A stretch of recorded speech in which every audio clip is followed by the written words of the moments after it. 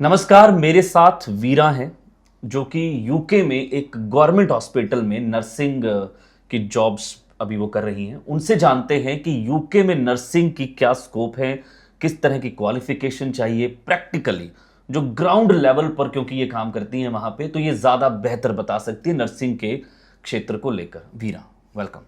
Thank you पवन जी। सो वीरा, क्या वाकई में डिमांड है नर्सिस की यूके में, जैसा कि हम अपने देश में सुनते हैं?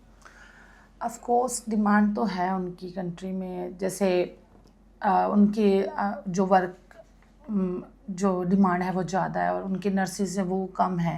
जैसे इंग्लिश पीपल हैं वो इस लाइन में कम प्रेफर करते जाने के लिए। सो डिमांड है, इसी वजह से तो वो हमारे इंडिया से रिक्रूटमेंट करते हैं। बट नाउ डेज वो बहुत कम हो गया है, क्योंकि वो अपने ही जो स्टूडेंट्स हैं उनको आगे स्कॉलरशिप और बहुत सारी फैसिलिटीज़ दे रहे हैं so that they can have their own nurses. So अभी इसका जो ट्रेंड है वो बहुत डाउन जा रहा है। सो डिटेल में हम इसके बारे में बात करेंगे कि क्यों नहीं, ऐसा अभी हो भी रहा है। जॉब्स वहाँ पे मिल रही हैं नर्सिंग भारतीय नर्सों को? या ऑफ कोर्स मिल रही हैं, बट उसमें आप उसमें जो डिफरेंट डिफरेंट सेक्टर्स है, जो नर्सिस उनको पता होगा कि अडल्ट नर्स है, पीडियाट्रिक नर्स है, मिडवाइफ्स हैं या स्किन स्पेशलिस्ट हैं। तो एक बहुत जैसे कार्डियक के जो स्पेशलिस्ट हैं जो ओटी में काम कर रहे हैं। तो अगर कोई ऐसा है जो परफेक्ट है, जिसको काफ़ी लॉन्ग टाइम हो गया एक बढ़िया हॉस्पिटल में 1200 बेडेड है, जब मोर देन दैट, तो उनके लिए इजी है कि वो यहाँ से वहाँ माइग्रेट हो सकते हैं। एक अच्छी अपॉर्चुनिटी है। So yeah they are in demand, but you have some qualification this kind of. So okay. Definitely. अच्छा, भारत से कोई नर्स वहाँ पे काम करना चाहती है तो मुझे थोड़ा बेसिक बताइए कि बिल्कुल न्यू कमर्स स्टेप क्या होते हैं। मैं सपोज अभी ये हम बात कर रहे हैं, सपोज अभी हम बैठे हैं भारत के कोने पे और वहाँ से हमें लंदन जाना है, तो क्या स्टेप रहेगा? स्टेप्स तो बेसिकली पहले आपको अपनी एजुकेशन है जो क्लियर करनी है। वो आप नर्सिंग में किसी भी फील्ड में कर सकते हैं। जो जीएनएम नर्सिस होते हैं, जो बेसिक डिप्लोमा कोर्स होते हैं, वो भी जा सकते हैं। बीएससी नर्सिंग वो भी अप्लाई कर सकते हैं। मास्टर्स के हैं वो भी अप्लाई कर सकते हैं। तीनों ही सेम लेवल पे एलिजिबल हैं वहाँ जाने के लिए। और यहाँ पे उसके लिए इसको क्लियर करने के बाद उनको और टेस्ट देने पड़ते हैं। अगर हम टेस्ट की बात करें तो उनको इंग्लिश जो प्रोफिशिएंसी है उसका टेस्ट क्लियर करना पड़ता है। उसमें हम बच्चे जो स्टूडेंट्स हैं वो आइल्स कर सकते हैं और ओईटी कर सकते हैं। आइल्स और ओईटी में डिफरेंस है। जैसे अगर आप आई टॉक अबाउट आइल्स, तो जिन स्टूडेंट्स ने पहले आइल्स किया है और उनको लगता है कि वो 0.5 और 1 बैंड से लेस मतलब रह गए हैं, so definitely they can prepare again for IELTS. But if they want to start on basic level, अभी न्यू स्टार्ट करना है, ना तो आइल्स दिया ना ओईटी दिया, तो I would like to say that कि उनको ओईटी करना चाहिए। उसका रीज़न ये है ये कि ओईटी क्या है? Occupational English test. ओके। उसमें वो उसका भारत में होगा या वहाँ होगा? वो यहीं होता है, मैंने भी यहीं से किया था। और वो बहुत चीप है इंडिया में। अगर वहाँ से करते तो it's too much expensive, lakhs में बात चल जाती है और यहाँ हमें थाउजेंड्स पे करने पड़ते हैं। तो यहाँ से किसी भी एक अच्छे इंस्टीट्यूट को आप गूगल करें और आप जा सकते हैं वहाँ पे। तो ऑक्यूपेशनल इंग्लिश टेस्ट का बेनिफिट ये है कि उसमें आइल्स में आपको जर्नल इंग्लिश का देना पड़ता है, लिसनिंग, रीडिंग, राइटिंग और जो भी मॉड्यूल्स हैं सेम मॉड्यूल्स होते हैं, बट उसमें जो भी आपको करना है वो आपका नर्सिंग से रिलेटेड होगा। सपोज कि अगर आपको स्पीकिंग का टेस्ट देना है तो वो आपसे यही पूछेंगे कि आपका पेशेंट आया है, आपको उसके साथ कैसे बात करनी है, उसको किस टाइप की प्रॉब्लम है। डेफिनेटली नर्सिस को उसकी नॉलेज होती है और हमें जो टर्मिनोलॉजी होती है वो भी पता होती है कि हमें क्या क्या यूज़ करते हैं। तो कंपेयर करें अगर आज से, तो I would like to say that कि OET is the best option for them. तो ओईटी जो है वो स्पेशली उन लोगों के लिए उस प्रोफेशन के अंदर जो डिमांड है भाषा की, उसके रिगार्डिंग है। मैं सिंपल हम बोले तो दोनों ही आइल्स और ओईटी दोनों ही इंग्लिश जो उनकी रिक्वायरमेंट उनको कंप्लीट करते हैं। तो उसमें आपको बैंड्स चाहिए, जैसे आइल्स में आपको बैंड चाहिए, उसमें भी आपको स्कोर चाहिए ए बी सी और डी। तो आपको अगर आपका बी है 3 मॉड्यूल्स में और राइटिंग में सॉरी बी है और राइटिंग में आपका सी है, तो आप एलिजिबल हो उसके लिए। ओईटी कर लिया, उसके बाद तो OIT कर लिया तो उसके बाद आपको OSCE करना होता है, वो इंडिया में नहीं हो सकता। और एक CBT टेस्ट है, कंप्यूटर बेस्ड टेस्ट है, वो आपको यहीं करना होता है, वो यहाँ पे हो सकता है। OIT CBT करें बच्चे यहाँ पे, और उसके लिए फिर बाद में वो OIT के लिए उनको अप्लाई करना पड़ता है। और जहाँ पे वो अप्लाई करते हैं, और जैसे NHS में अप्लाई कर दिया या किसी एजेंसी को अप्लाई कर दिया या किसी नर्सिंग होम ने उनको हायर करना है, तो वो जब उनको बुलाएंगे वहाँ पे तो वो उसके लिए पे करेंगे और वो ही उनको उस टेस्ट की कोचिंग भी देंगे। ओके, तो जॉब जब यहाँ से बच्चा निकला उसके बाद यूके में जाने के बाद और भी कोई टेस्ट होते हैं जो कि उसको वहाँ जाके वर्क के लिए करने पड़ेंगे? ऑफ कोर्स, जैसे मैंने अभी बताया OSCE है जो यहाँ पे नहीं हो सकता, वो वहीं हो सकता है। पर उसके लिए आपको यहाँ से जाना जरूरी है, जो कि बहुत टफ है, क्योंकि आजकल जो रिक्रूटमेंट है वो भी बताया मैंने आपको बहुत डाउन चली गई है। उसके भी सर्टेन रीज़न है, आप गूगल कर सकते हैं कि क्यों ऐसा हो रहा है। पर मुझे लगता है कि मेनली उनको जो चाहिए, जैसे हम बात करेंगे उनको क्रीम चाहिए, यानी कि उनको एक्सपीरियंस्ड कैंडिडेट चाहिए। तो हमारे इधर क्या है कि किसी को 6 मंथ्स का एक्सपीरियंस है, 1 ईयर का एक्सपीरियंस है। सो अगर किसी के पास 4 और 5 ईयर्स का, डेफिनेटली वो उसी को ही प्रेफर करेंगे, उसी को ही स्पॉन्सर करेंगे। और स्पॉन्सर करते हैं तो उनका बहुत सारा खर्चा जाता है। सो उसके लिए एक और बेटर ऑप्शन है कि ना तो स्टूडेंट्स को OIT करनी पड़ेगी, ना ही IELTS करनी पड़ेगी। एक और वे है, बच्चे वहाँ जाएं, उसके बाद वहाँ से आपको इस टेस्ट की जरूरत भी नहीं है अगर वहाँ काम करते हैं। वो क्या ऑप्शन है? वो ऐसे है कि वो अभी जैसे कुछ मेरे फ्रेंड्स हैं, उनसे मेरी बात हुई रिसेंटली जब मैं इंडिया में आई, तो उनको अभी 2 इयर्स हो चुके हैं। इनकी जो लाइफ होती है, जिसकी जो वैलिडिटी होती है OIT और IELTS की 2 इयर्स की है, तो 2 इयर्स के बाद ये टेस्ट एक्सपायर हो जाते हैं, आपको फिर से देना पड़ता है। और कुछ मेरे फ्रेंड्स हैं जिनकी अभी 1.5 ईयर हो गया, कुछ की नियर बाय 2 इयर्स हो, तो एक्सपायर होने वाला ऑलमोस्ट, अभी तक जॉब ढूंढ रहे नहीं मिली है। और मुझे नहीं लगता कि आगे उनको अगर 1.5 साल में नहीं मिली तो 6 महीने में और 3 महीने में मिल जाएगी। सो अभी मैं सोच रही हूँ कि अगर जो नर्सिज़ हैं, मुझे पता है कि जो हमारे इंडिया में नर्सिज़ हैं, कोई हाई फाई फैमिली से नहीं होती, जैसे थोड़े मिडिल क्लास फैमिली से, या बड़े ही पेरेंट्स एफर्ट्स लगा के वो बोलते हैं कि आप नर्सिंग करें, एटलीस्ट कोई स्किल हो जाएगा बच्चे के पास। पर जो गवर्नमेंट जॉब है यहाँ पे तो बहुत टफ हो, अभी मैंने सुना है काफ़ी सारे टेस्ट देने पड़ते हैं, फिर और टेस्ट देने पड़ते हैं। तो उसमें और मेन थिंग कि यहाँ पर एज लिमिट है, आई थिंक 42 समथिंग, तो उसके बाद आप टेस्ट भी नहीं दे सकते, आप गवर्नमेंट जॉब के लिए एलिजिबल ही नहीं है। पर अगर फॉरेन की बात करें तो वहाँ पे ऐसा कुछ नहीं है, आप 60 हो, 50 हो, 40 हो, doesn't matter, in any age you can apply for the government job, और even though in private sector, so that's a good thing for that. तो नर्सिंग के लिए NHS वहाँ पे है, जो कि गवर्नमेंट ऑफ गवर्नमेंट है, उसके बाद प्राइवेट है, और फिर कुछ नर्सिंग होम है। क्या इन तीनों में बेस्ट कौन सा रहता है जॉब्स के लिए, और क्या इसके अलावा भी कुछ है? थोड़ा ये देखिए कि कहाँ कहाँ पे जॉब्स मिलती हैं नर्सेज को। जॉब्स NHS में भी हैं, प्राइवेट नर्सिंग होम्स हैं, और प्राइवेट हॉस्पिटल्स भी हैं। बट उनका जो क्राइटेरिया है सेम ही है सबका, सभी ही मतलब गवर्नमेंट के सेक्टर, इस काइंड ऑफ अम्ब्रेला टर्म सभी उसी के अंडर आते हैं। पर डिपेंड करता है कि आपको कहाँ पे जॉब मिलती है। मेन थिंग कि आपको जॉब मिलनी चाहिए, बट ये है कि अगर आप NHS में जाते हैं आपको जॉब सिक्योरिटी ज़्यादा है, बेनिफिट्स ज़्यादा है। भारत की नर्सों के अलावा और किन किन देशों की नर्सेज वहाँ पर, मतलब आपको किन किन चैलेंजेस का सामना करना पड़ता है, और किन देशों की नर्सेज से मुकाबला है आपका?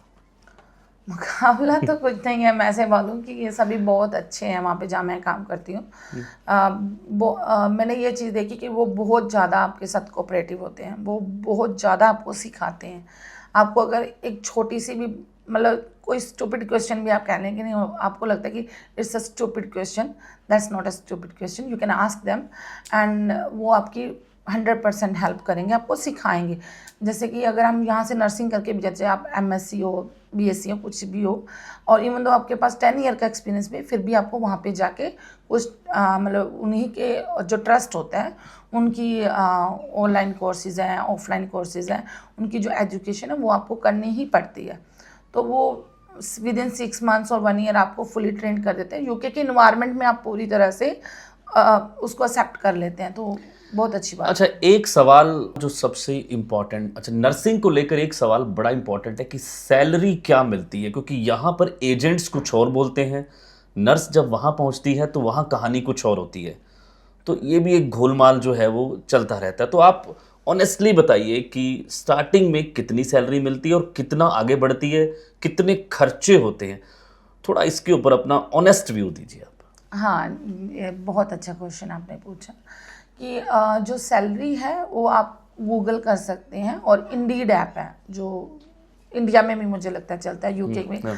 आप इंडीड पे जाए, एनएचएस की जो बेसिक सैलरी है उस पे देखिए, और उसमें अलग अलग है। जैसे अगर आप किसी सिटी में काम कर रहे हैं, इनर लंदन काम कर रहे हैं, तो वहाँ पे थोड़ा हाई होगा, क्योंकि ऑफ कोर्स अगर आप सिटी में हैं तो आपके खर्चे भी ज़्यादा हैं, तो उसी के हिसाब से आपकी सैलरी है वो भी ज़्यादा। सेम बैंड पे, जैसे नर्सिस के बैंड होते हैं बैंड 5, 6, 7 और 8, तो बेसिक 5 से शुरू होता है नर्सिस का। तो बैंड 5 में भी अगर आप सेम ही जॉब पे अप्लाई करते हो बैंड 5 के लिए, सेम अगर आप कर रहे हो लंदन में, तो आपकी जो सैलरी है वो ज़्यादा होगी। I think so, I am not sure कि 35,000 पाउंड समथिंग। और उसी ही बैंड 5 में अगर आप किसी रूरल एरिया में हो तो वहाँ पे आपकी 29,900 समथिंग है, तो वो थोड़ा तो डिफरेंस है। एक सेंटेंस में आप ये बताइए कि यूके में नर्सिस को क्या सैलरी मिलती है, सीधा शब्द उस पे आते हैं, नंबर्स पे आते हैं। आई एम नॉट श्योर कि मैं इसका नहीं बता सकती, क्योंकि वो डिफरेंट है। अगर आपको फिर भी एक बेसिक्स कहाँ से शुरू होता है, बेसिक्स अगर हम लगाएं आइडिया, तो Idea. 30,000 लाइक के आसपास 30 लाख का पैकेज होता है अगर इंडिया का 1 ईयर का। 30,000 पाउंड्स की बात करते हैं। हाँ, 30,000 पाउंड अप्रोक्सीमेटली 30-32 लाख के आसपास वो बनेगा। हाँ, और वो उसमें आपको 37.5 आवर्स होते हैं 1 वीक के अंदर करने, उसकी सैलरी है ये। ओके, उसकी अगर आप एक्स्ट्रा कुछ कर रहे हैं उसकी अलग से, ओके, उसका वो अलग से पे करते हैं। तो वो आप पे डिपेंड करता है कि आप 3 दिन के बाद अगर 37.5 आवर्स आपकी विदिन 3 डेज और 4 डेज में कंप्लीट होते हैं, तो उसके बाद अगर आप एक्स्ट्रा 1 या 2 शिफ्ट करने हैं तो उसके लिए अलग से पे होते हैं। सैटरडे को अलग पे रेट है, सैटरडे नाइट को अलग है, संडे को अलग है। सो वो इस तरह से डिवाइडेड है, कोई फिक्स नहीं है। बट ये जो बेसिक है जो मैंने आपको बताया, एक आइडिया है, इतना तो है। तो हम स्पेसिफिक यूके की बात कर रहे हैं, तो यूके में एक नर्स यदि वो अकेली रहती है और फैमिली उसकी नहीं है, तो उसका लगभग महीने का कितना एक्सपेंडिचर आता है, और यदि फैमिली के साथ है तो दूसरे चैलेंजेस हैं। ऑफ कोर्स बच्चे तो हैं, पहले family हाँ है। बात करते हैं कि सपोज एक नर्स अकेली रह रही है यूके में, तो उसका कितना एक्सपेंडिचर आ जाता है वहाँ के हिसाब से। हम पाउंड्स में ही बात करेंगे, अपना ऑडियंस बहुत तेज़ है, वो 117 रुपये से गुणा कर लेंगे उसको आज 2025 में। Yes please.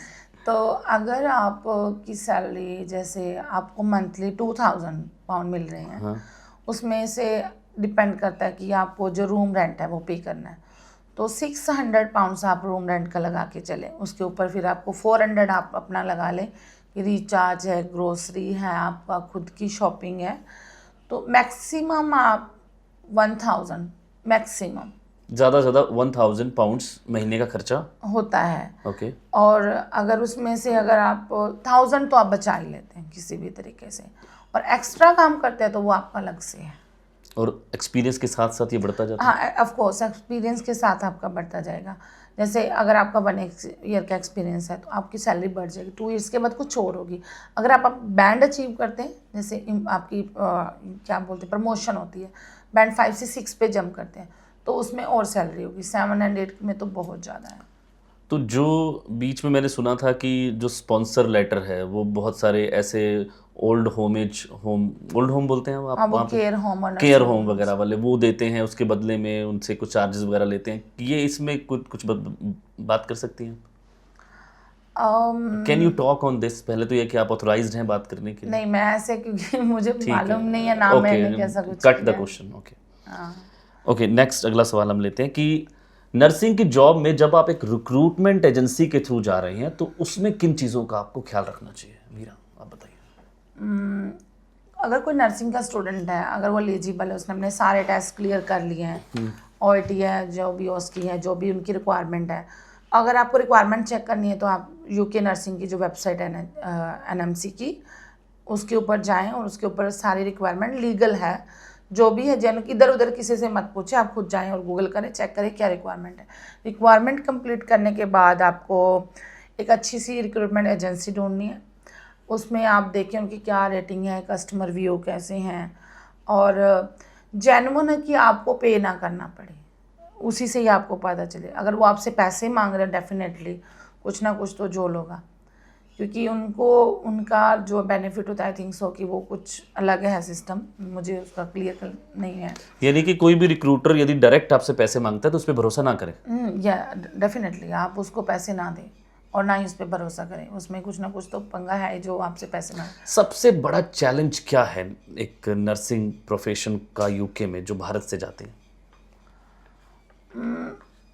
चैलेंज की अगर बात करो तो सब कुछ ही डिफरेंट है, कल्चर डिफरेंट है, आपका इन्वायरमेंट डिफरेंट है, वहाँ के जो उनका लैंग्वेज है। अगर हमने आइल्स करी भी, अगर जनरली बोलो, शायद जो नर्सिस हैं जो भी वहाँ पे काम कर रही हैं वो तो एग्री होंगी इस बात से कि हम इवन दो कि हमें 7 बैंड्स अचीव किए, still we are unable to understand them, क्योंकि जो उनका वे ऑफ एक्सेंट है वो हमें अभी एक बार तो थोड़ा सा हार्ड होता है समझना, तो थोड़ा टाइम लगता है, बट वो हो जाता है। और उनको मतलब आप 101% लॉयल रहें, कभी भी झूठ ना बोलें, आप अपने जो काम कर रहे हैं उसके प्रति लॉयल। अगर आपने किया है, you can say that I have done this. अगर आपको नहीं आता है, स्ट्रेट फॉरवर्ड कहें कि मुझे नहीं आता, आप मुझे सिखा दें, और वो आपको सिखा देंगे।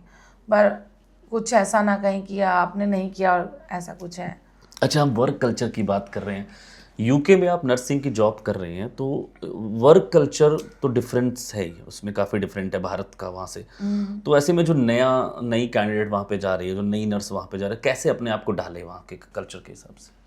जैसे मैं अभी न्यू हूँ, इवन दो कि मुझे पास्ट एक्सपीरियंस है, मेरा वहाँ का भी एक्सपीरियंस है मेरे पास नर्सिंग होम्स का, पर उनके अपने प्रिसेप्टरशिप कोर्सेज होते हैं, प्रोग्राम्स होते हैं, वो आपको सिखाएंगे। 1 ईयर, 6 मंथ्स, 9 मंथ्स, कुछ हर एक ट्रस्ट का अपना अपना है, वो आपको सिखाएंगे। तो आप धीरे धीरे आप उसको एक्सेप्ट कर लें, आप ढल जाएंगे उसमें, आपको समझ आ जाएगा। वो इतना हार्ड है वो नहीं है क्योंकि वो बहुत ज़्यादा हेल्पफुल है। जो पेरेंट्स अपने बच्चों को नर्सिंग में बाहर भेजने की मतलब चाह रहे हैं, मतलब जो पेरेंट्स अपने बच्चों को यूके में भेजना चाह रहे हैं नर्सिंग में, उनको आप क्या सलाह दोगी उन पेरेंट्स के लिए और उन यूथ के लिए जो सोच रहे हैं?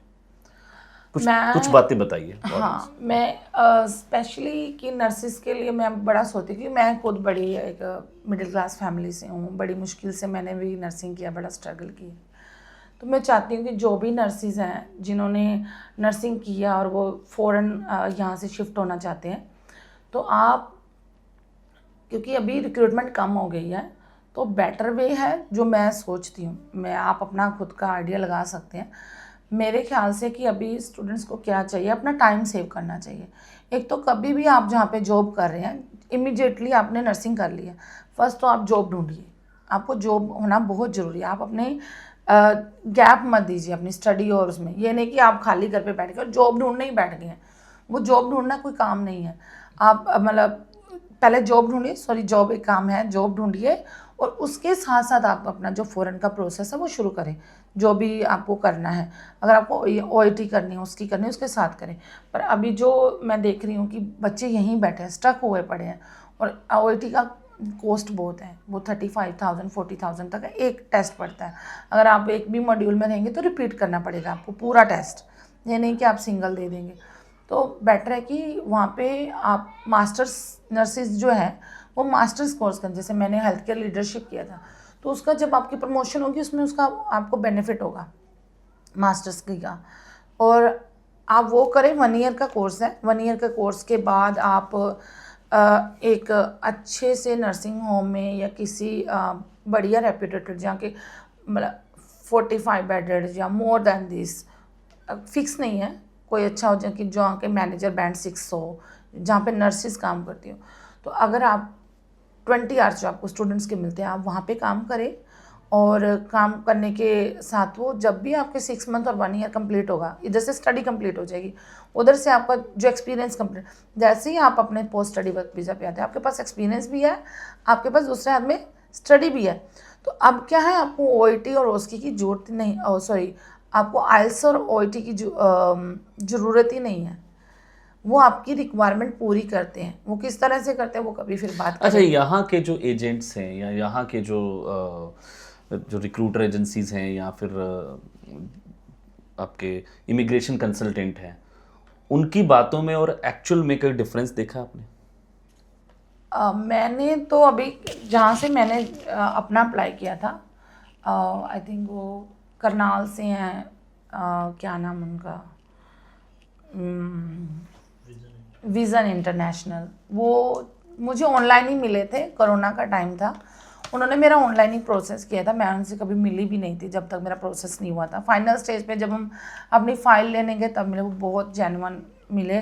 थैंक गॉड कि वो मुझे मिले और मेरा ये प्रोसेस हुआ।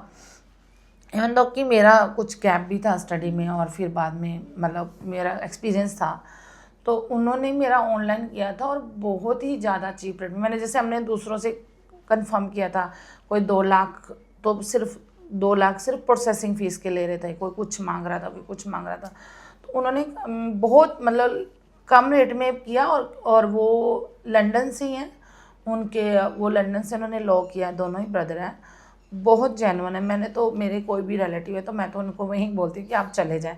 स्पेशली फॉर नर्सेज अगर आप अप्लाई करना चाहते हैं तो अगर आप मेरा नाम लेंगे तो उन्होंने शायद वो 50% तक का डिस्काउंट भी कर दें अपनी कंसल्टेंसी फीस पे। एनीवे, आप यदि नर्सिंग के बारे में जानकारी और चाहते हैं तो नीचे कमेंट्स करिए, हम आपको अपना नंबर शेयर करेंगे। आप उसके थ्रू यदि ज़रूरत है आपको, हम नहीं कहते कि आप इस एजेंट्स के थ्रू करें, उसके करें, जो आपकी इच्छा हो। हम आपको सिर्फ सजेस्ट कर सकते हैं। आप क्रॉस चेक करिए, 50 बार क्रॉस चेक करिए, 50 लोगों से क्रॉस चेक करिए, फिर अपना चुनाव करिए कि आपको किसकी हेल्प लेनी है। इसके अलावा आप और आपसे कोई सलाह लेना चाहे तो कैसे आप तक पहुँचे?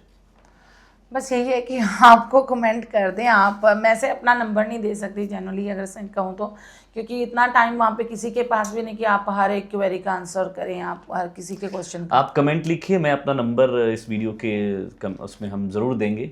आप उस नंबर पे कॉल करिए, ईमेल आईडी देंगे। इनकेस आपको चाहिए नर्सिंग के बारे में, UK nursing, specific UK nursing, या स्पेसिफिक नर्सिंग के बारे में, क्योंकि मैं आपको कहूँ कि मैं इसका भी बता दूँ उसका नहीं, सॉरी, उसके लिए तो मैं नहीं बता ओके। पाऊँ। नेक्स्ट 2-3 सवाल और हैं, वो बहुत ज़रूरी हैं पूछने। वो ये कि क्या नर्स वहाँ पे जॉब लगने के बाद अपने हस्बैंड या अपने घर के किसी फैमिली मेम्बर को बुला सकते हैं वहाँ पे?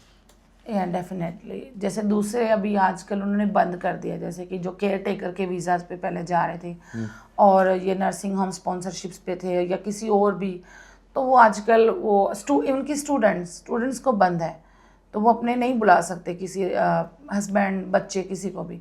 अगर आप नर्सिंग वीज़ा पे हो, डेफिनेटली आप अपनी फैमिली को बुला सकते हो। ये इसका बेस्ट पॉइंट। वर्क चांस मिलेगा उनको काम करने का भी?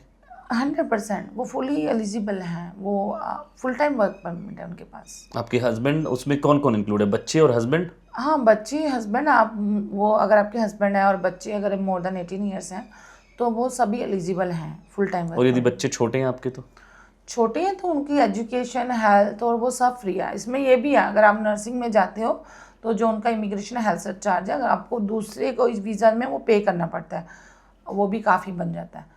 तो NHS में वो आपको कुछ नहीं पे करना पड़ता, वो फ्री ऑफ कॉस्ट है आपको। यूके में आप नर्सिंग की जॉब में हैं तो आपकी फैमिली को काफ़ी सारी सुविधाएं वो लोग देते हैं, यही आप कहना चाहते हैं? या डेफिनेटली, पर जो पे करना पड़ता है ना, मान लो अगर आप किसी इंजीनियर हैं और इधर मैं एक नर्स है, तो इंजीनियर को पे करना पड़ेगा अगर उन्होंने हेल्थ सर्विसेज लेनी है, अगर जब तक वो ब्रिटिश सिटीजन नहीं बन जाते, उससे पहले तक उनको पे करना और पड़ेगा। नर्स को इनको नहीं नर्सिस को नहीं पे करना, ही उनकी फैमिली को पे करना पड़ता है, उनके लिए फ्री ऑफ कॉस्ट है। नाइस। हाँ, वो है। तो ये प्रोसेस जब आगे बढ़ी तो वहाँ की सिटीजनशिप के लिए भी आप अप्लाई कर सकते हो?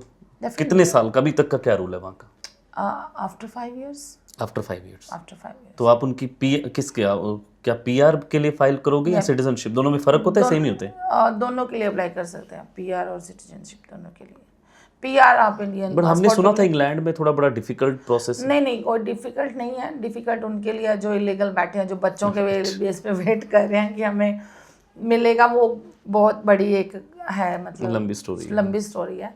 पर नर्सिस का तो क्लियर कट है कि आपको 3 साल का वीज़ा देगा NHS, उसके बाद 2 साल का देगा, 5 साल का वर्क टाइम कंप्लीट होते ही आप अपना पीआर अप्लाई कर सकते हैं। Okay, that's great. कि नर्सिंग में एक चीज़ अच्छी ये भी है कि यूके के अंदर यदि आपने 5 साल कंप्लीट कर लिए तो आप वहाँ के आगे उसकी पीआर के लिए अप्लाई कर सकते हो। Thank you so much. कोई बात जो रह गई हो आप बताना चाहें ऑडियंस को? बस मैं तो यही कहूँगी कि यहाँ मत बैठे रहें। अगर आप जेन्युइनली जाना चाहते हैं कि आप चाहते हैं कि आप यहाँ से निकले, क्योंकि यहाँ भी बहुत टफ है, और जिन बच्चों के पास अच्छा खासा एक्सपीरियंस है तो they should try, and I think so they should go through masters courses, क्योंकि मास्टर्स का जो कोर्स है वो बहुत शॉर्ट है, और उसके बाद आपके पास डिग्री भी हो जाएगी, साइड बाय अपना काम भी कर लेंगे, और उसके बाद इमीडिएटली आप नर्सिंग जॉब के लिए अप्लाई कर सकते हैं। और वो जो स्टडी है जो आप यहाँ पर करना चाहते हैं वहाँ पे भी कर सकते हैं अपने IELTS, और वो भी एक्सेप्शनल है अगर आपका एक्सपीरियंस है, और तो आपको OET और IELTS नहीं करना पड़ेगा अगर आप वहाँ पे आपके पास जॉब का एक्सपीरियंस है। और डेफिनेटली आपको गैप से बचें, जो आपकी स्टडी जैसे ही कंप्लीट होती है साथ ही साथ कहीं ना कहीं जॉब अप्लाई करें, और जॉब आप अपने अकाउंट में सैलरी अपनी लें, so that you can show them you are genuinely working. कोई यहाँ पर भारत में गवर्नमेंट नर्सेस जॉब में है और यूके के अंदर उसकी इच्छा है जाने की, आप सलाह देते हो कि वहाँ जाके काम करें यदि गवर्नमेंट जॉब में है इंडिया में? Definitely not. Yes, definitely not. अगर तो वो सेटल हैं so they should not try to go there. Thank you so much, बहुत बहुत शुक्रिया। Okay, alright. कोई भी आपका सवाल हो तो आप हमें मैसेज करें, DM करें, कमेंट में अपना नंबर भी हम देंगे, email ID देंगे। Thank you.